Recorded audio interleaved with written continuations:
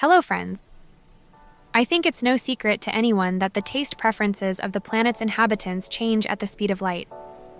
In general, humanity can be conventionally divided into two groups: advocates of healthy eating and lovers of fast food.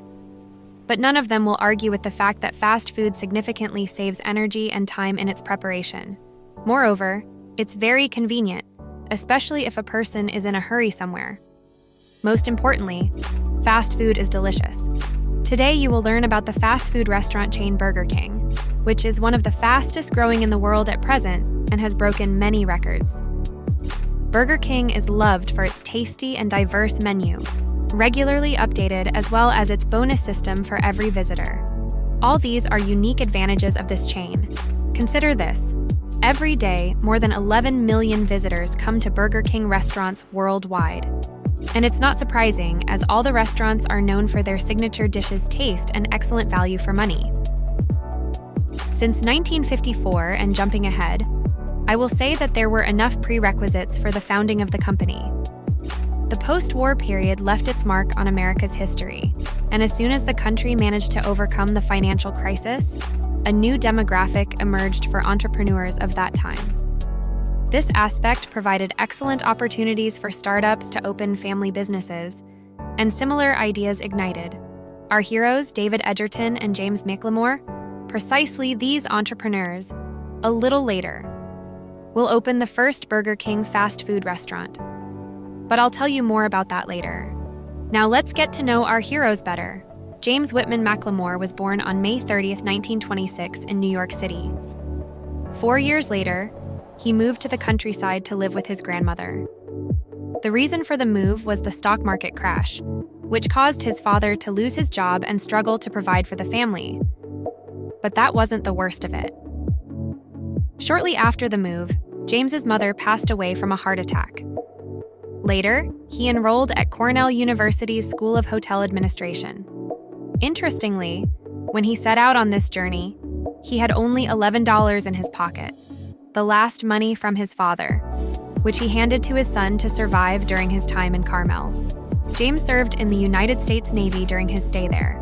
Firstly, they didn't pay him, and secondly, he had a good opportunity to see a bit of the world. After completing his service and university education, he married a young woman named Nancy Nickel, and they began planning their future together.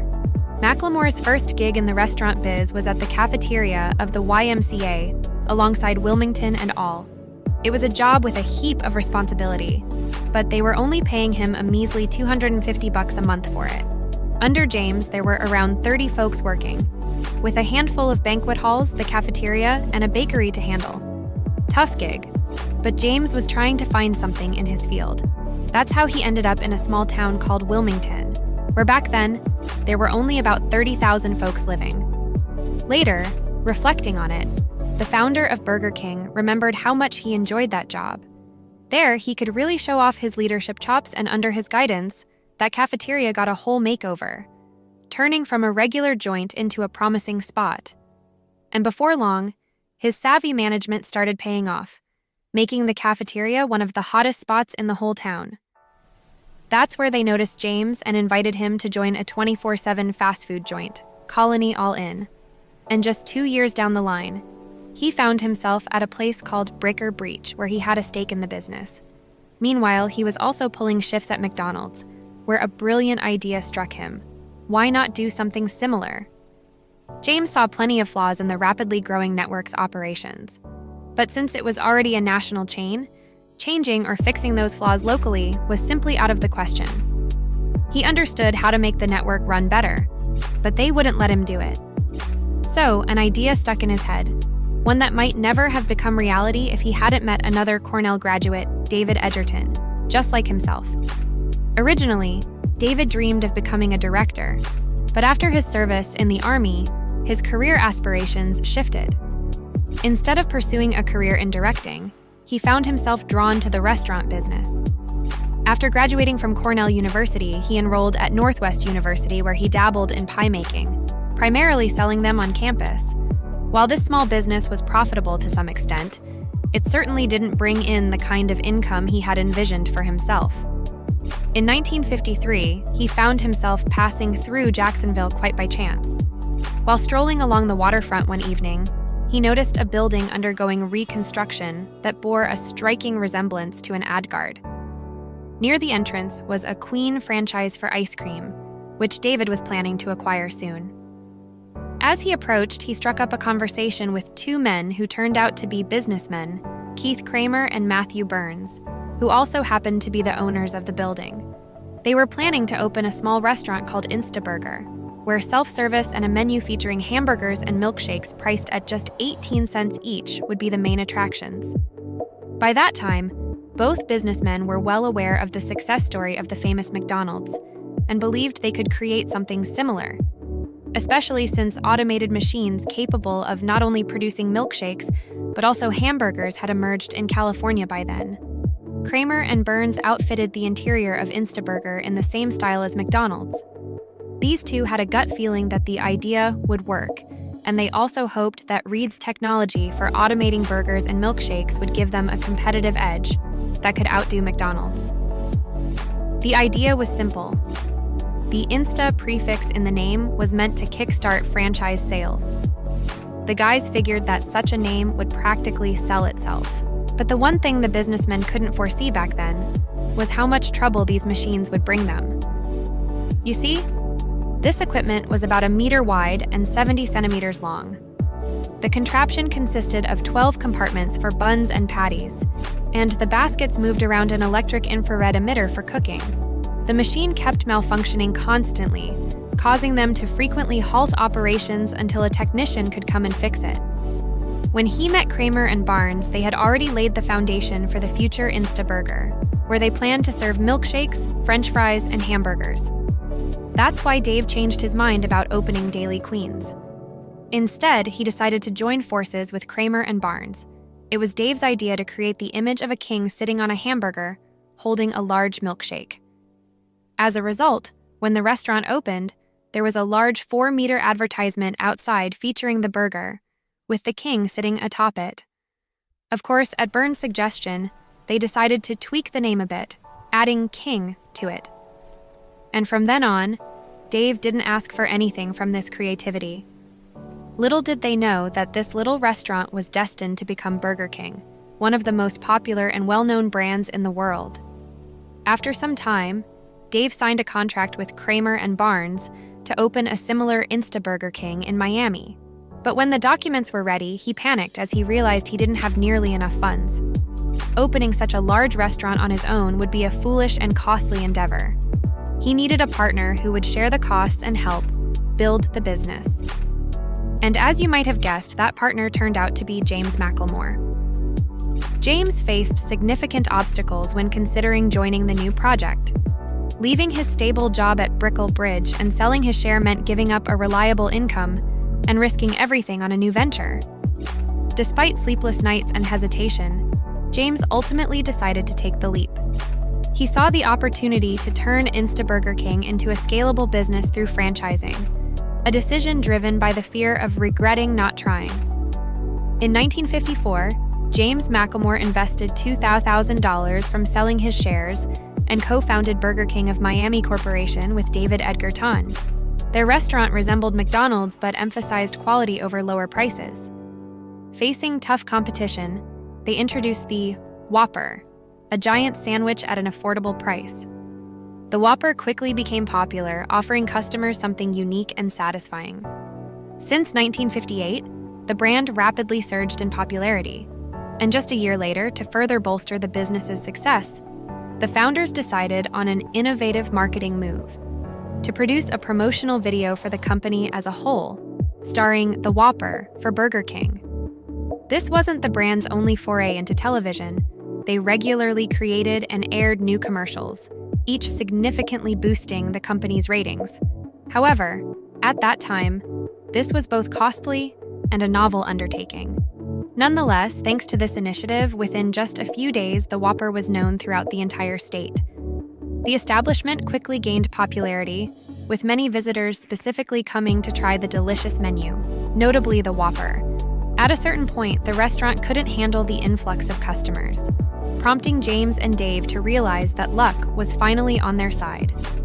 Feeling cramped within Miami's limits, they decided to expand. After considering various business development concepts, they opted for franchising, which required minimal investment and effort on their part.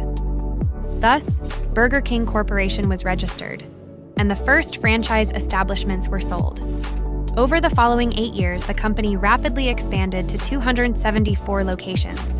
In 1967, the founders made the pivotal decision to sell the brand, fetching a staggering $18 million.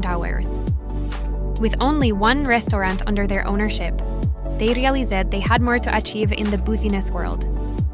After signing the sale agreement, they left the company. The impact of this decision on Burger King remains debatable. However, it led to accelerated restaurant openings, which in turn influenced food quality and service. The new owners struggled to manage the vast number of restaurants, leading the company to the brink of bankruptcy within a few years. Donald Smith, a former McDonald's manager, stepped in to rectify the situation. Under Smith's leadership, the company underwent significant changes. He tightened control over the establishments, introduced surprise inspections, and focused on standardizing restaurant operations. Smith also implemented new technology not previously seen in any of the restaurants. Customers could now customize their burgers to their liking, a feature that was well received. Smith's management positively impacted the company, expanding Burger King restaurants across all states and even internationally through franchising. Additionally, under his leadership, the drive-through concept, known as King of the Road, was introduced, catering to motorists. Since the restaurant was family-oriented, in 1977, Burger King introduced a feature that has continued to the present day, giving each customer a small toy with their purchase, attracting even more patrons. Additionally, the menu was significantly expanded in 1978, helping the company regain its position and even break into the top 5 most popular fast food chains in the USA. Donald Smith's mission was accomplished by the early 80s when he decided to step down as CEO. However, the company faced another crisis after his departure. For the next 9 years, the new owners struggled to manage the complex business. In 1989, the decision was made to sell Burger King, and it was acquired by the Green Metropolitan Company. Despite being in rough shape, the new manager, Barry Gibbons, implemented successful reforms that ultimately revitalized the company. Since 2010, Burger King has been under the management of the global investment firm 3G Capital, which remains its sole owner to this day. Under their adept leadership, the company has reached new heights, significantly expanding its boundaries. For instance, in 2016 alone, the corporation boasted over 15,000 fast food establishments and served more than 11 million customers daily.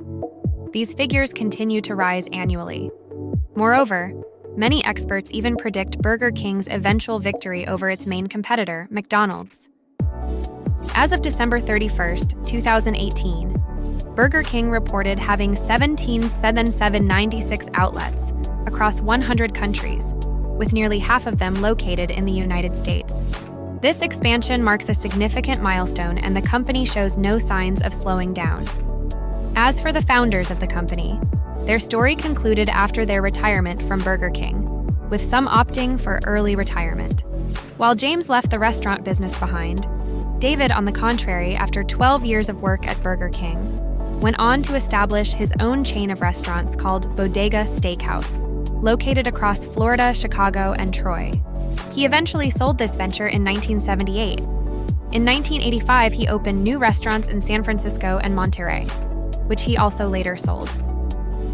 David passed away on April 3, 2018, at the age of 90, in his beloved Miami, Florida. When asked what was the most memorable thing in their lives, both founders always said, "Burger King." Are you familiar with Burger King restaurants or any fast food restaurants in general? Feel free to share your thoughts in the comments. But for now, that's all. If you enjoyed this video, please give it a thumbs up and see you soon.